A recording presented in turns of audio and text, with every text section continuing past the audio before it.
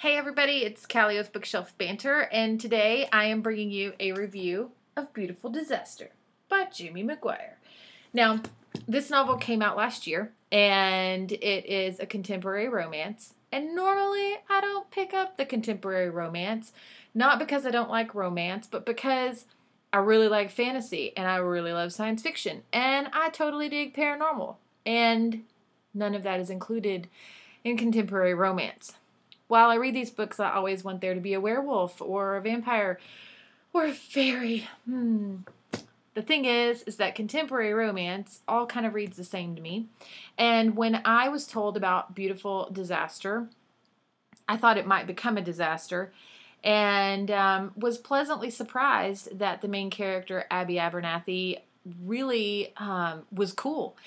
Now, I have to preface this with the fact that I've had a couple of people tell me they really love this book, and I've also read a couple of reviews from people that totally hated this book.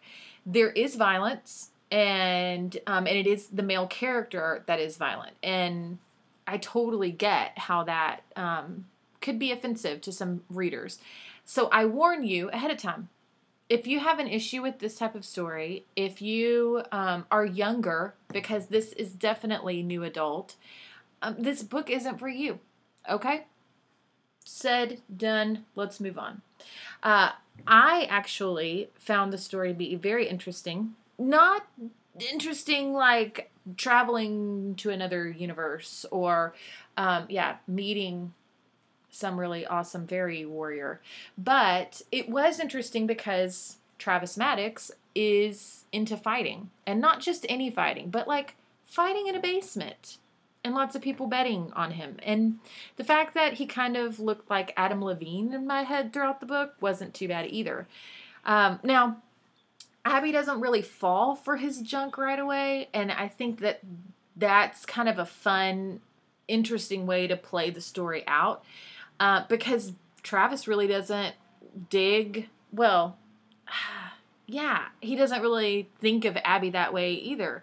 And when you're reading it, it works itself out, obviously. I won't be all spoilery and tell you what happens, but like any contemporary romance, there's a lot of stuff going on, and nobody knows what's really happening, and yeah, it's just twisted.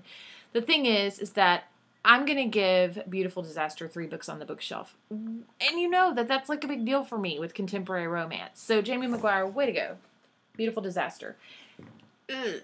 Now we're going to move on to Walking Disaster. I don't have the cover, but it's the, butterfly on a guy's arm, and he's all like, buff, and it's like mysterious because you don't see his face, and it says Walking Disaster on it, and it's by Jamie McGuire. And this book is actually the same story told in Travis's point of view. Notice the emphasis I said, or put on when I said same story. This is where I think that Walking Disaster kind of started to go wrong. It really didn't have too much information outside of what was already told to us. Yes, it's from Travis's point of view, but it was pretty much all the same scenes. I mean, literally, I could count on one hand how many scenes were extra, and when I really think about it, it probably were just maybe 3 or 4. And so you're getting his point of view on the conversations and stuff that they had, but you kind of already figured some of it out. And also, I have to say that I enjoyed reading about his family because we didn't really get a lot of that in the first book, and I wish there had been more. Now, with all of that said, I'm giving Walking Disaster 2 books on the bookshelf, which means it wasn't great. But for those of you that are super die-hard Travis fans, you're absolutely going to love the second novel because it is all Travis. But the thing is that you need to understand that if you're not a die-hard Travis fan, you're probably not going to be really into Walking Disaster. The epilogue. Let me just touch on that for a second before I go. There's an epilogue available with Walking Disaster that is not available with Beautiful Disaster. A couple of people have said that it's disjointed, it doesn't make sense, or it's just kind of off and like La La Land.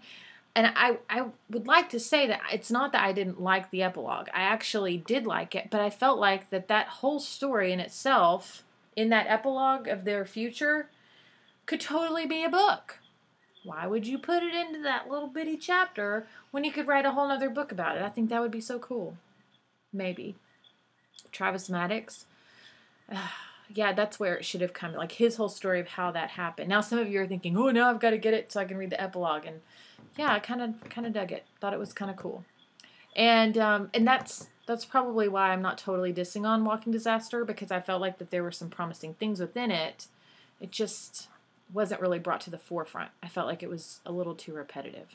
Okay, I've gone on way too long. 3 books for Beautiful Disaster by Jamie McGuire. And Walking Disaster gets 2. It's not that it was bad. It's just I'm not a diehard Travis fan. I mean, he did look like Adam Levine in my head. There's nothing wrong with that. Hope you guys have a great week, and I will bring another review to you very soon. Bye.